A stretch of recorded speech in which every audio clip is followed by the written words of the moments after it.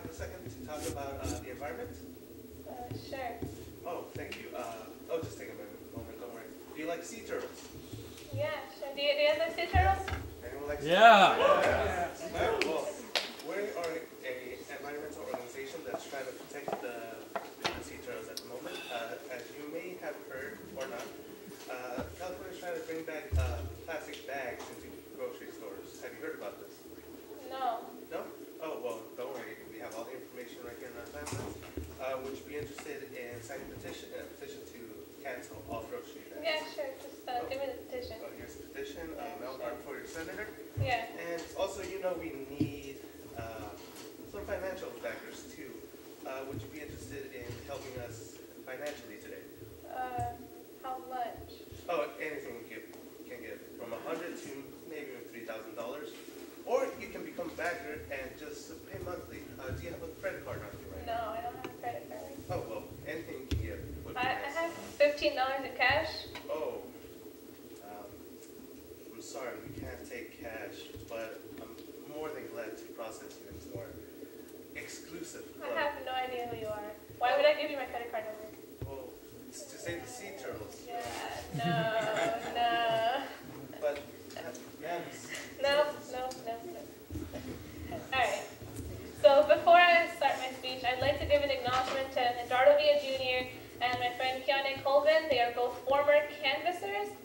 This is what you saw right now, which is going door to door or going on a street corner asking for fundraising for a cause. And without them and without their input and knowledge, this talk would not have been possible. So, as high school seniors or college students, you'll eventually be bombarded with ads that promise you $4,000 to $6,000 that you can get in one summer, and doing the things you love, like saving the sea turtles, or human rights campaigns or political campaigns. But as you can see, canvassing, not that easy. You're going door to door, asking for money, and that's pretty much it. A brief history of canvassing, though. Canvassing started, it's always been around in order to sell products door to door and to vouch candidates for political office. But it first started in the 1970s as a way to gain social momentum for movements. College students would volunteer going door to door, asking people to sign petitions or get involved in progressive causes. Ralph Nader in the 1970s consolidated all these individual grassroots movements into what is now known as the PIRGs. The PIRGs are nonprofits across the United States that focus on public policy advocacy, most commonly consumer rights. This model, the Fund for the Public Interest, which is our canvassing agencies, they were created in the 1980s in order to raise money for the PIRGs. And their sole goal is to fundraise. This model is now the most popular. Organizations like the Sierra Club, Environment America, Human Rights Campaign, Fair Share Campaign, all of them, they don't do their own canvassing. They outsource it to this outside firm. And as you may have guessed, this causes a lot of problems. You can think about it as a grinder, where people are put into the canvassing, used for as long as they're useful with no regards to their self, and then disposed of in the end. They get low pay for very little benefits. They work around 60 to 90 hours a week for $27,000.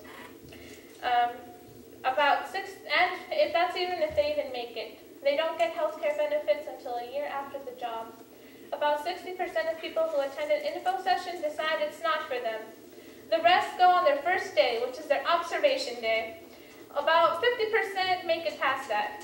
And after that, they have to meet quota, which is anywhere from $100 to $150. And about 80% don't make it past that. And to those who do make it, to staff, the average stay is about 3 weeks before you're fired. You're only paid for the time you're canvassing, and yet and yet people are expected to do a lot more.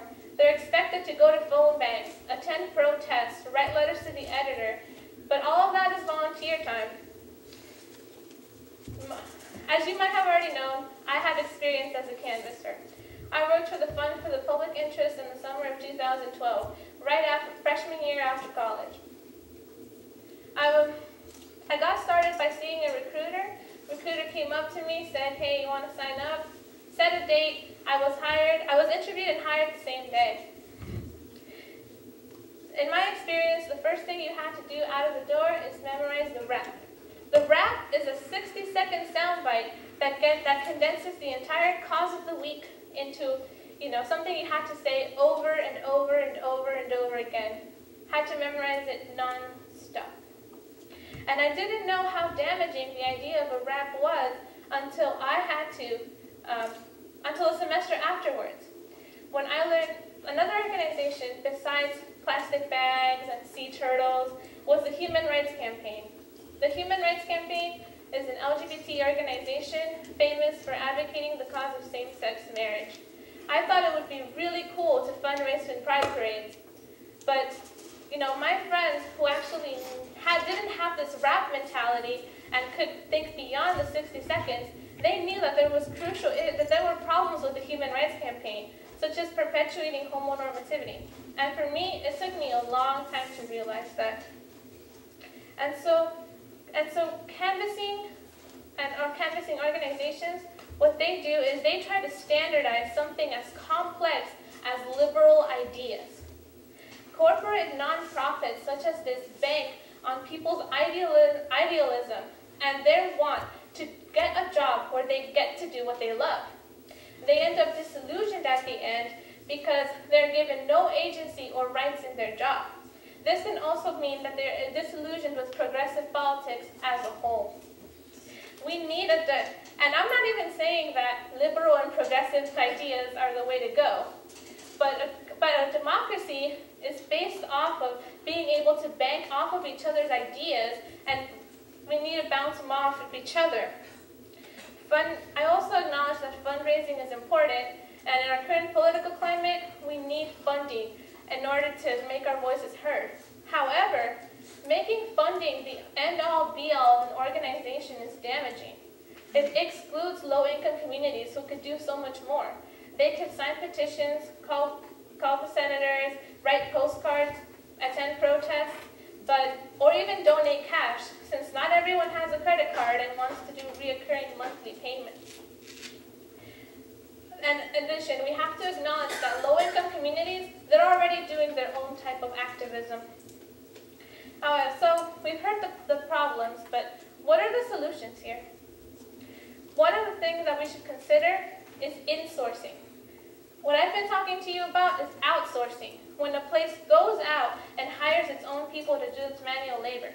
Insourcing is the opposite, when an organization decides to stop outsourcing and have all of their work done in-house. A famous model of insourcing within canvassing is Greenpeace. Greenpeace used to use the People's Project for their canvassing needs until 2003, when they stopped. Now all of their canvassing is done in-house. Dan Stanford, the director of canvassing at Greenpeace, says, "You cannot throw a stone without hitting someone who's done at least some canvassing work." And people who've made the switch from a canvassing agency to Greenpeace can attest to the difference. It feels more like family. Another thing we can do is back the unionization efforts of canvassers. The funds callers in Portland have had huge mobilization efforts. They advocate for higher wages, more benefits such as paid vacation time, and they advocate for job stability, such as when a worker worked for 9 years, raised hundreds of thousands of dollars, all fired, all because she missed quota by $40 after a week of being sick. And what can we do now? There's two things we can do now. First of all, don't be mean to your canvassers. If they look like they sound fake, nervous, or, untrained, it's because they are. A lot of these are college students who just want to get by on a summer job. And a lot of them, this is their first or second day on the job. I know for me, what kept me going a second day was getting $3 from the construction workers outside that just felt bad for me. And so donating at least $2 is good enough to keep them going and give them at least 6 $60 more in their pocket. Unless they're donating, so donate at least $2, unless they're donating to like the American Nazi Party or something. Likewise, do your own research. If this is the job you want to do, just keep your expectations level. You're most likely not going to end poverty in one night. You're not going to end environmental crises. And expect to be fired within the week. The ultimate solution to this is not easy, and so I won't linger on it too much. But I do know that we have to keep talking about it. We have to talk about building a democracy without the current conventions. We have to dissect a political system, and we have to find a way for people's voices to be heard without having to have money or slick-talking lobbyists. Everyone needs to be equally heard, and especially the voices of those who are currently the most marginalized. We need to come up with organizations that do not try to have the one best way to be a liberal or progressive person. We need an organization that allows a wide spectrum of ideas to be loved and respected and nurtured. Thank you.